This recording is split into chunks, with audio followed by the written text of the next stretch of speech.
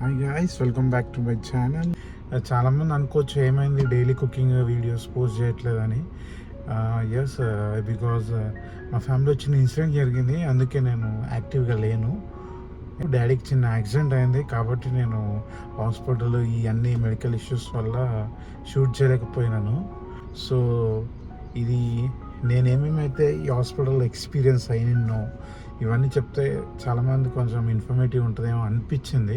అందుకే నేను కొన్ని పాయింట్స్ ఏవేవైతే ఎక్స్పీరియన్స్ అయినానో అవన్నీ నోట్ డౌన్ చేసి ఆ టాపిక్స్ గురించి కొన్ని మాట్లాడదామని డిసైడ్ అయ్యాను. ఎందుకంటే అలా సడన్గా ఫ్యామిలీ ఇష్యూస్ అయినా కానీ మెడికల్ ఇష్యూస్ అయినా ఏమైనా అయితే ఇవన్నీ మనం ముందే జాగ్రత్తగా ఉంటే కొంచెం హెల్ప్ఫుల్ అవుతుంది. ఏమేమి ప్రికాషన్స్ నేను ముందే తీసుకోవడం వల్ల ఏమేమి బెనిఫిట్ అయినాయో, అంటే డాడీ అడ్మిట్ అయిన తర్వాత ఏ విషయాలు నేను టాపిక్స్లో నేర్చుకోవాల్సి వచ్చింది, ఏమేమి ఎక్స్పీరియన్స్ అయినాయో ఈ వీడియోలు అన్నీ కొన్ని చెప్తాను topics. Hope you like this video. First thing insurance policy అన్నమాట.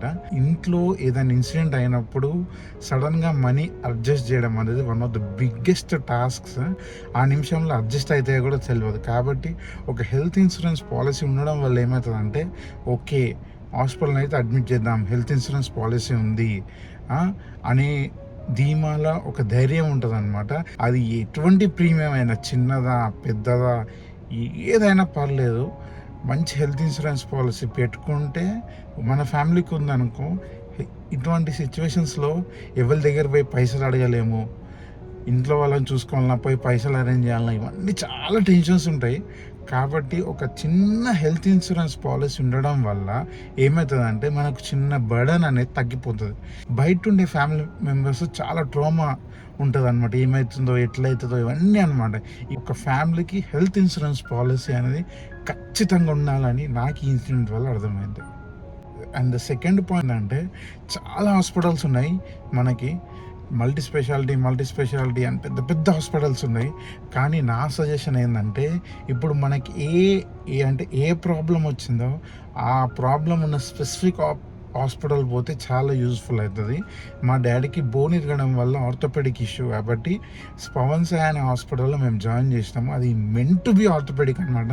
ఆడుండే మెయిన్ డాక్టర్ కూడా ఆర్థోపెడిక్ సర్జనే. థర్డ్ థింగ్ ఏంటంటే ఫ్రెండ్స్ అండి.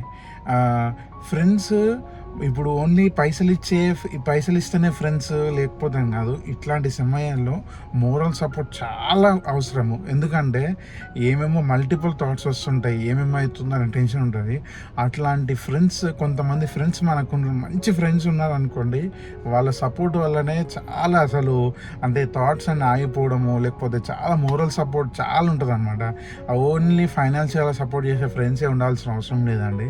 మంచిగా మోరల్ సపోర్ట్ మనకి స్టాండ్ బై తీసుకొని ఉండి, ఏం కాదులే అంతా అయిపోతుంది, చాలా చిన్నదే ఇది, మంచి హాస్పిటల్ అడ్మిట్ చేసినాం ఏం కాదు, ఇట్లాంటి కొన్ని మోరల్ సపోర్ట్ ఇవ్వడం వల్ల, మనకు తెలియని విషయాలలో హెల్ప్ చేయడం వల్ల చాలా ఫ్రెండ్స్ ఉంటే చాలా యూజ్ఫుల్ ఉంటుందండి. అందుకే గుడ్ ఫ్రెండ్స్ ఉండాలండి. మనకి మంచి ఫ్రెండ్స్ ఉంటే వాళ్ళ సజెషన్స్ వల్ల ఎందుకంటే మనం ఆల్రెడీ ముందే మైండ్లో చాలా రన్ అవుతుంటాయి, ఎవరికి ఎక్స్ప్రెస్ చేయాలని అర్థం కాదు. కాబట్టి అట్లాంటి టైంలో మనకు మంచి ఫ్రెండ్స్ అనుకోండి, మంచి ఫ్రెండ్స్ ఉంటే వాళ్ళు చాలా హెల్ప్ చేస్తారు, మోరల్గా అయినా సపోర్టివ్గా నిల్చొని. నాకైతే by God's grace financial help చేసే ఫ్రెండ్స్ ఉన్నారు, మోరల్ సపోర్ట్ ఇచ్చే ఫ్రెండ్స్ కాబట్టి I'm very proud of my friends. Thank you. The fourth thing వచ్చేసి, ఫ్యామిలీస్లో చాలా గొడవలు ఉంటాయండి. మన ఫ్యామిలీకి వేరే ఫ్యామిలీస్కి, పెద్దనాన్నలకు, పెద్దమ్మలకు, అత్తమ్మలకు, బాబాయ్లకు, పిన్ని, ఇవన్నీ ఫ్యామిలీ గొడవలు అయితేనే ఉంటాయండి. మనము ఇట్లాంటి సిచ్యువేషన్స్ వచ్చినప్పుడు ఈగోలు అన్నీ పక్కన పెట్టేసాలి. ఎందుకంటే ఆడ ప్రాణం కన్నా మన ఈగో పెద్ద గొప్పది కాదండి. కాబట్టి ఇట్లాంటి ఇష్యూస్ ఉన్నప్పుడు చాలామంది ఎవరు సపోర్ట్ చేయరు, కొంతమంది ఫ్యామిలీస్. కానీ కొన్ని ఫ్యామిలీస్ ఉంటాయి, ఏ ఫ్యామిలీ అయితే ముందుకు వచ్చి మనకు సపోర్ట్ చేయడానికి వస్తుందో వాళ్ళని మాత్రం మన ఈగో క్లాషెస్కి పోయి వాళ్ళు నో అని చెప్పొద్దండి. ఇట్లాంటి సిచ్యువేషన్స్లో అసలు తోడుగా నిలవడం అనేది చాలా గొప్ప థింగ్. కొంతమంది ఏం చేస్తారు, ఏమైందిలే అని శాంగ్ కూడా రారు. కానీ మాకైనప్పుడు మాత్రం మా అత్తమ్మ వాళ్ళు, మా పిన్ని వాళ్ళు చాలామంది హెల్ప్ చేశారు. అది ఫైనాన్షియల్గా హెల్ప్ చేస్తేనే హెల్ప్ అని కాదండి. ఎందుకంటే ఆ సిచ్యువేషన్లో హాస్పిటల్ అడ్మిట్ ఉన్నప్పుడు తిండి గురించి ధ్యాస ఉండదు, ఇవన్నీ ధ్యాస ఉండదు. ఎవరైనా ఫోన్ చేసి అన్నం పంపిస్తున్నా తీసుకోండి తినండి అని అన్నప్పుడు వద్దు ఏం లేదు మేము బయటికి వెళ్ళి కొనుక్కుంటాం, ఇట్లాంటివి ఈగో పనులు చేయకుండా.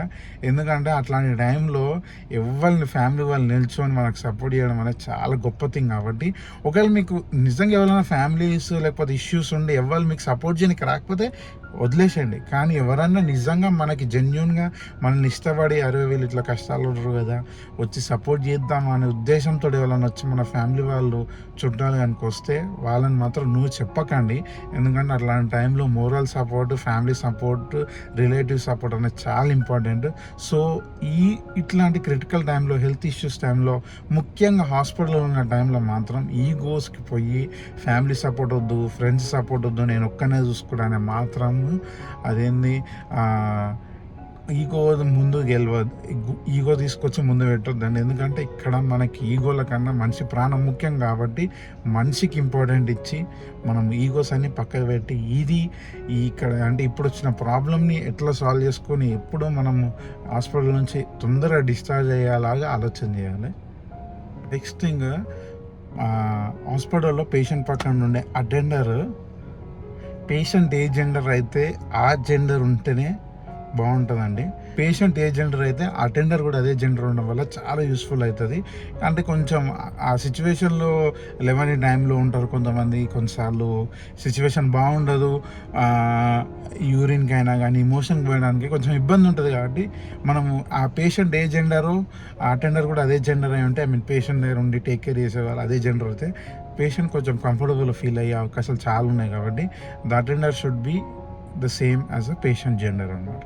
నెక్స్ట్ థింగ్ వచ్చేసి ఎమోషనల్ సపోర్ట్ అనేది చాలా అవసరం అండి. నేను చేసిన థింగ్ ఏంది చెప్తా అంటే, నాకు భయం అవుతుంటుంది ఏమవుతుందో ఏంటని, నాకు క్లూలెస్ లేకపోయినా అయ్యో ఏంది అని క్లూలెస్ ఉన్నా నేను అది ఫేస్ మీద చూపించి నేను డల్గా కూర్చుంటే ఇంకా చెల్లైనా మమ్మీ వాళ్ళు ఇంకా టెన్షన్ పడుతుంటారు. కాబట్టి నేను కాన్ఫిడెన్స్ తెచ్చుకొని నేను కొంచెం ధైర్యంగా బిహేవ్ చేయాలి.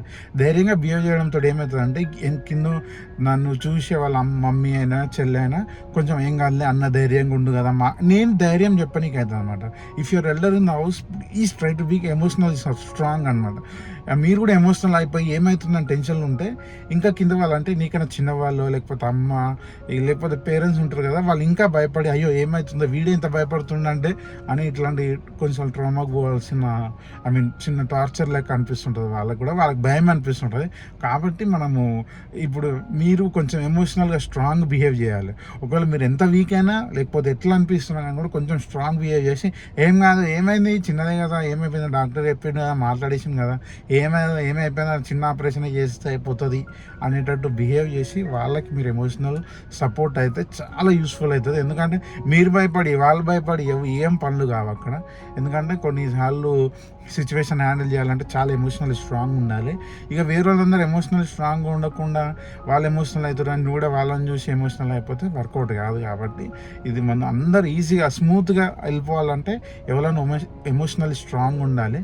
అట్లా స్ట్రాంగ్గా బిహేవ్ చేసి ఫ్యామిలీకి సపోర్ట్ అయ్యి ఉంటే it will be very useful in this critical situations. Next thing వచ్చేసి ఇట్లాంటి సిచ్యువేషన్స్ వచ్చినప్పుడు అస్సలు తినబుద్ధి కాదు, ఏం తింటాంలే అని మాత్రం నెగ్లెక్ట్ చేయొద్దు మీల్స్. ఎందుకంటే పేషెంట్ క్యూర్ అయ్యి బయటికి రావడం ఎంత ఇంపార్టెంటో పేషెంట్ పక్కన ఉండేటోళ్ళు కూడా తినడము మీల్స్ స్కిప్ చేయకుండా హెల్తీగా ఉండడం అంతే ఇంపార్టెంట్ అండి. ఎందుకంటే ఆ పేషెంట్ చూసుకోవాలంటే మీరు స్ట్రాంగ్ ఉండాలి, మీరు మీల్స్ స్కిప్ చేయొద్దు, ఖచ్చితంగా తినాలి. ఫ్యామిలీ వాళ్ళు ముఖ్యంగా తినాలి. ఎందుకంటే వాళ్ళు ఆల్రెడీ సిచ్యువేషన్ బాగాలేక పేషెంట్ అడ్మిట్ అయి ఉండు, మనం తినకుండా స్కిప్ చేసుకుంటూ ఉంటాం అనుకో మళ్ళీ మనం కూడా అడ్మిట్ అవ్వాల్సే అవకాశం ఉంటుంది. షుగర్ లెవెల్ బీపీ ఇవన్నీ డౌన్ అయిపోతే మళ్ళీ అడ్మిట్ అయిపోతారు. కాబట్టి ఆల్రెడీ మనం ఒక బాధతో ఉన్నాము, ఆల్రెడీ ఒక పేషెంట్ అడ్మిట్ అయి ఉన్నాము, ఇవన్నీ ఆలోచించుకుంటా తినకుండా ఉంటే మళ్ళీ ఇంకొకరు అడ్మిట్ అవుతారు. అది ఒకటేసారి ఫ్యామిలీ మొత్తం అడ్మిట్ అయ్యి చూసుకోవడం అనేది it will be very difficult task for complete family. కాబట్టి మీల్ స్కిప్ చేయకుండా టైంకు తిని పేషెంట్కి తినిపించి పేషెంట్కి ట్యాబ్లెట్స్ ఇచ్చి మనం టైంకి వాటర్ తాగి బాడీ హైడ్రేటెడ్ పెట్టుకొని ఉండి పేషెంట్కి సపోర్టివ్ ఉంటేనే ఇట్ విల్ వర్కౌట్ అండి. లేకపోతే వాళ్ళు క్యూర్ అవుతుంటారు వాళ్ళకి అయ్యేదాన్ని బట్టి. తర్వాత మళ్ళీ మనం పక్కనున్న అటెండర్స్ కానీ లేకపోతే వేరే వాళ్ళ రిలేటివ్స్ మనము మమ్మీయో మళ్ళీ అడ్మిట్ కావాల్సి ఉంటుంది. కాబట్టి ఆల్రెడీ ఒక పేషెంట్ ఉండు మళ్ళీ ఇంకో పేషెంట్ యాడ్ కావద్దంటే టైంకి మీల్స్ తినాలి, టైంకి తినేసి టైంకి వాళ్ళకి తినిపించి టైంకి మనం తిని హెల్తీగా ఉంటే తప్ప మనము ఈ సిచ్యువేషన్ నుంచి ఈజీగా బయటికి రాలేము. నెక్స్ట్ థింగ్ ఏంటంటే మనకి ఏమైనా అర్థం కాకపోతే డాక్టర్ని 10 సార్లు ప్రశ్న అడిగైనా లేకపోతే ఏమవుతుందన్న క్వశ్చన్ చేసి ట్రీట్మెంట్ ఏం జరుగుతుందో ఖచ్చితంగా తెలుసుకునే ప్రయత్నం చేయాలి. ఇంకోటి ఏంటంటే మనకి ఏం జరుగుతుందో తెలియలేదు అనుకో ఇంకా చాలా డైలమాలు ఉంటాము. మీరు తెలుసుకోవాలి ఏం జరుగుతుందని ఫ్యామిలీ వాళ్ళకు కూడా ఎక్స్ప్లెయిన్ చేయాలి. ఇప్పుడు ఇంతవరకు అయింది, దీని తర్వాత ఇది చేస్తారంట అని అంటే ఓకే చలో అని ఒక చిన్న రిలీఫ్ వస్తుంది ఫ్యామిలీ వాళ్ళకి. ఏం జరుగుతుందో ఏం ట్రీట్మెంట్ అవుతుందో అని ఒకవేళ అవగాహన లేదనుకో మళ్ళీ ఏమవుతుందో ఏం చేస్తారో అని చాలా టెన్షన్ పడతారు. కాబట్టి డాక్టర్ని ఎన్ని క్వశ్చన్స్ అయితే ఎన్ని స్టూపిడ్ క్వశ్చన్స్ అయినా ఏం చేసారు, ఏం తినిపించాలి, ఎట్లా ఉండాలి అని ప్రతిదీ 100కి 100 సార్లు అడిగైనా తెలుసుకొని పేషెంట్తో బిహేవ్ చేయడము మనకి బెనిఫిట్. ఎందుకంటే మనం డాక్టర్స్ చదవలేదు కాబట్టి మనం ఫుల్ నాలెడ్జ్ పర్సన్ లాగా బిహేవ్ చేసి పేషెంట్ని ట్రీట్ చేయొద్దు అనమాట. ఏదున్నా డాక్టర్ని అడిగి సో ఇది తినిపించచ్చా, ఇది చేయొచ్చా, అది చేయొచ్చా అని ప్రతిది అడిగి ఎట్లా అయింది ట్రీట్మెంట్, ఆపరేషన్ అయింది ఎట్లా అయింది సార్, దాని తర్వాత ఏంది సార్ ప్రాసెస్ అని ప్రతిదీ 100కి 100 సార్లు అయినా అడిగి మనకి క్లారిటీ వచ్చే వరకు తెచ్చుకొని చెప్పాలి. ఇంకోటి హాస్పిటల్స్లో మనకి హెల్ప్ చేయడానికి అటెండర్స్ అయినా కానీ వార్డ్ బాయ్స్ ఇంకా క్లీనింగ్ చేసే వాళ్ళ స్టాఫ్ నర్సులు చాలామంది ఉంటారు. వాళ్ళకి చాలా రెస్పెక్ట్ ఇచ్చి బిహేవ్ చేయండి. ఎందుకంటే మనం వాళ్ళకి రెస్పెక్ట్ ఇస్తేనే వాళ్ళని పేషెంట్ని ప్రాపర్గా చూసుకొని టైం టు టైం చేస్తారు. వాళ్ళతో రూడ్గా బిహేవ్ చేసి వాళ్ళతో ఏం రాదండి మనకి. ఎందుకంటే at the end of the day 5 to 10 days తర్వాత మనం ఎట్లా డిశ్చార్జ్ అయ్యి వెళ్ళిపోతాం. కాబట్టి ఆ 10 daysలో కూడా ఉండే వాళ్ళతో గొడవ పెట్టుకుంటే ఎటువంటి లాభం ఉండదు. కాబట్టి వాళ్ళతో ఎంత పొలైట్గా అయితే ఉండి ఎంత మంచిగా అయితే అంత మంచిగా ఉండి వాళ్ళతో మనం పని చేసుకొని ఈ సిచ్యువేషన్ నుంచి ఎంత తొందరగా బయటకు వస్తే అంత మంచిది అన్నట్టు బిహేవ్ చేసి వాళ్ళకి మనకి యూస్ఫుల్ అవుతారు. కాబట్టి నర్సెస్ అయినా వార్డ్ బాయ్స్ అయినా క్లీన్ చేసే వాళ్ళైనా వాళ్ళతో మనకి ఉన్న రోజులు చాలా పని ఉంటుంది. కాబట్టి వాళ్ళతో పొలైట్గా ఉండి, ఎందుకంటే వాళ్ళు చాలా కష్టపడతారు, యూరిన్ తీస్తుంటారు, మోషన్ తీస్తుంటారు. కాబట్టి వాళ్ళకు కూడా చాలా మూడ్ స్వింగ్స్ ఉంటాయి. వాళ్ళని కూడా మనం తిట్టి వాళ్ళ మూడ్ ఖరాబ్ చేయడం అవసరం లేదు, మనం మూడ్ ఖరాబ్ చేసుకోవడం అవసరం లేదు. చెప్పాలి మనకు నచ్చినట్టు. కొన్నిసార్లు వాళ్ళు మనం చెప్పిన పని నెగ్లెక్ట్ చేస్తుంటారు. 1కి 2 సార్లు చెప్పి మనకి కన్వీనియంట్గా అది మార్చుకొని వాళ్ళని చూసుకొని మన పని చేసుకోవడం బెస్ట్ అండి. వాళ్ళతో గొడవపడి రూడ్గా బియ్యడం వల్ల మనకు రాదు, వాళ్ళకి రాదు. కాబట్టి మన పేషెంట్ని మనం దృష్టిలో పెట్టుకొని వాళ్ళతో పొలైట్గా ఉండి మనం ఎంత తొందరగా మన పని సాఫీగా ఈజీగా చేసుకుంటే అంత మంచిది.